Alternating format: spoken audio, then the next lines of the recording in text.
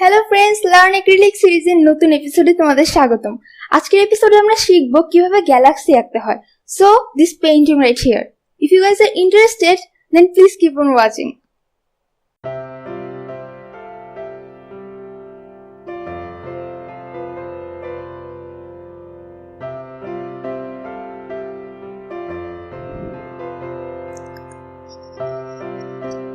Hello friends, কেমন আছো তোমরা সবাই? আশা করি সবাই ভালো আছো। আজকের ভিডিওতে আমরা শিখব কিভাবে গ্যালাক্সি আঁকতে হয়। বিগিনারদের জন্য গ্যালাক্সি সবচেয়ে সহজ পেইন্টিংগুলোর একটা। আমি যখন পেইন্টিং প্রথম শুরু করি আমি প্রচুর গ্যালাক্সি আঁকতাম এবং এখনো গ্যালাক্সিটা আমার একটা অবসেশন হয়ে রয়েছে। তোমাদের হয়তো মনে আছে যে আমার প্রথম ভিডিওটা ইউটিউবেও ছিল গ্যালাক্সি থিমড স্টারি নাইটের। তো বুঝতেই পারছো যে আমার গ্যালাক্সির প্রতি একটা আলাদা ভালোবাসা কাজ করে। তো আজকে আমরা শিখবো কিভাবে গ্যালাক্সি আঁকতে হয়। গ্যালাক্সিটা বেসিক্যালি তোমরা যদি বুঝো কিভাবে আঁকে তখন তোমরা যে কোনো কালার ইউজ করতে পারবে। আজকের ভিডিওর জন্য আমরা মূলত ইউজ করব পার্পল কালার, পার্পল এবং পিঙ্ক। তো তোমাদের আমি আমার গত একটা ভিডিও ছিল যেটাতে আমি রং সম্পর্কে বলেছিলাম।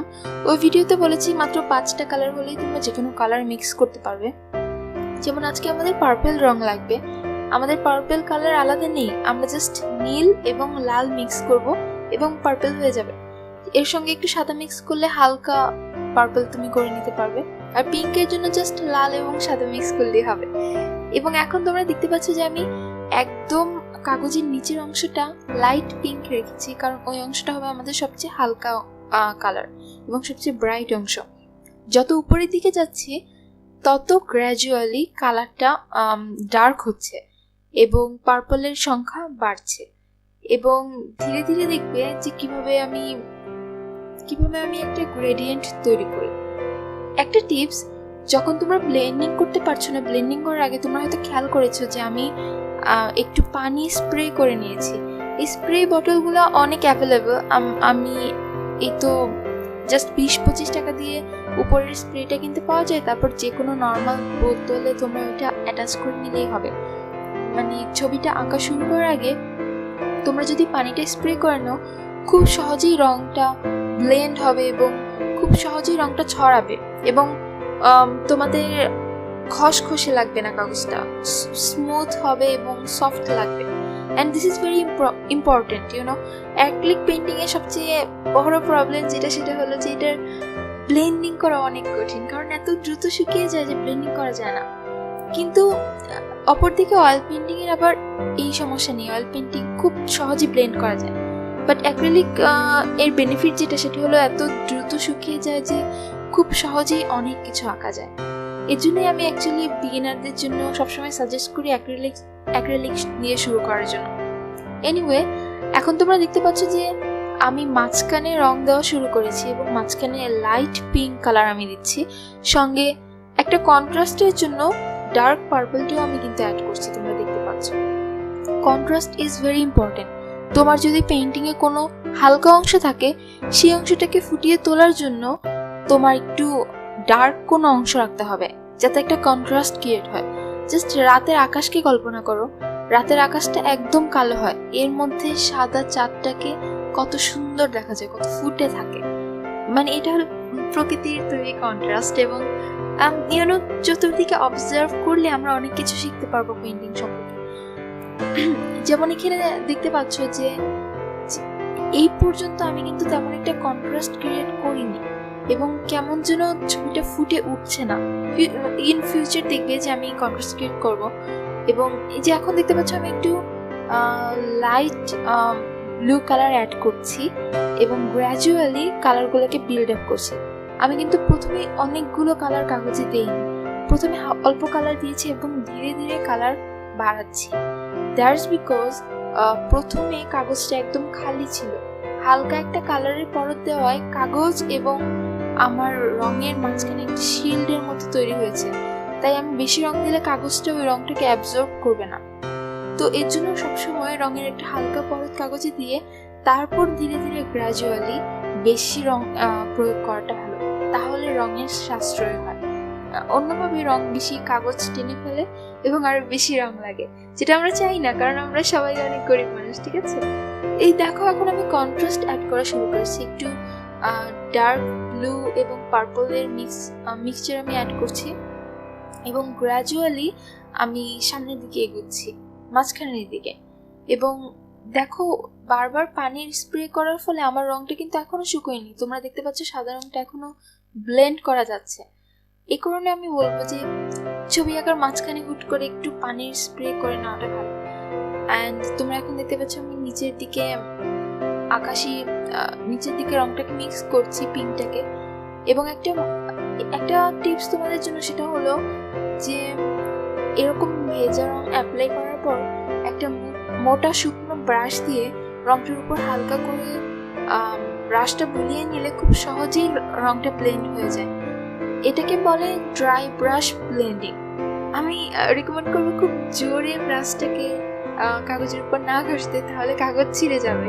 জাস্ট হালকা ভাবে কাগজটার উপর দিয়ে ব্রাশটাকে বুলিয়ে নিলে খুব সুন্দরভাবে রংটা ব্লেন্ড হয়ে যায়।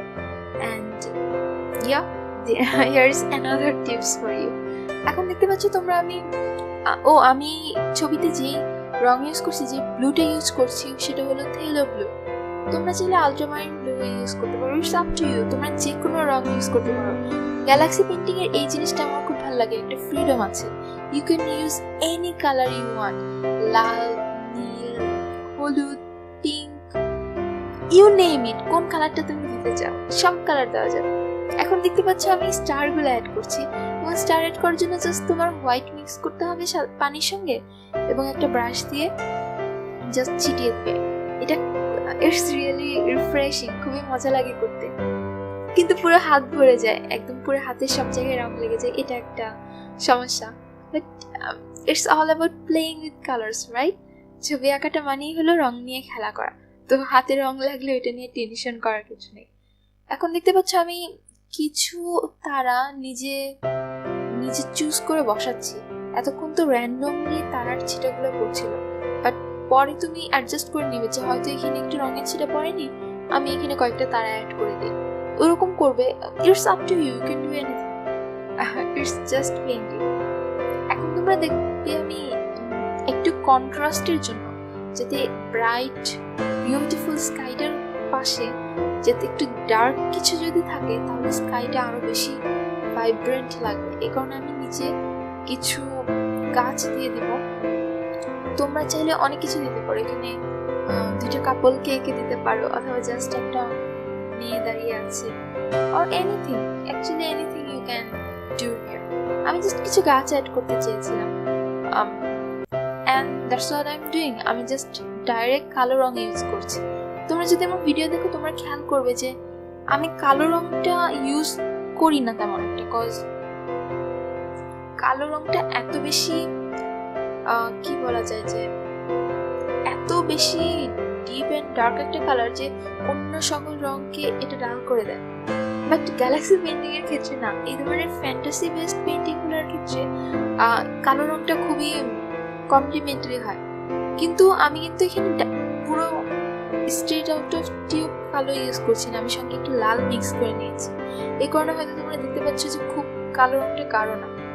এটা কিন্তু একটু আগে আমি যেমন বললাম যে প্রথমে হালকা করে রং দিয়ে তারপর ধীরে ধীরে গ্র্যাজুয়ালি গাঢ় হয়, এর কারণেই মূলত আমি এটা করছি। একটু পরে দেখবি যে আমি এই জায়গাগুলোকে একটু গাঢ় করে দিব, but not that much. And that's it, এখানেই পেইন্টিংটা শেষ। আমি আশা করি তোমরা এই ছবিটা আঁকবে, অথবা এই থিমে গ্যালাক্সি আঁকবে, নানা কালারের নানা রকম। একবার ট্রাই করে দেখো, ইটস রিয়েলি ফান এবং খুবই ভালো লাগে। আমি এখনো সময় করে গ্যালাক্সি আঁকবো, ইটস সো রিফ্রেশিং। আর তোমাদের যদি ভিডিওটা ভালো লাগে, লাইক করতে ভুলবে না, এবং পরবর্তী ভিডিওর জন্য আমার চ্যানেলে চোখ রাখবে। আর কমেন্ট সেকশনে প্লিজ আমাকে বলবে আমি তোমাদের জন্য কি টিউটোরিয়াল বানাবো।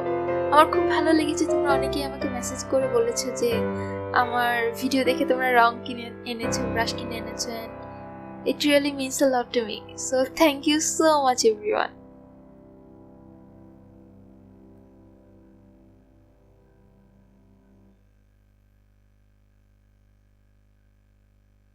So Did you guys like this video? If you did, then don't forget to give this video a big thumbs up and subscribe to my channel.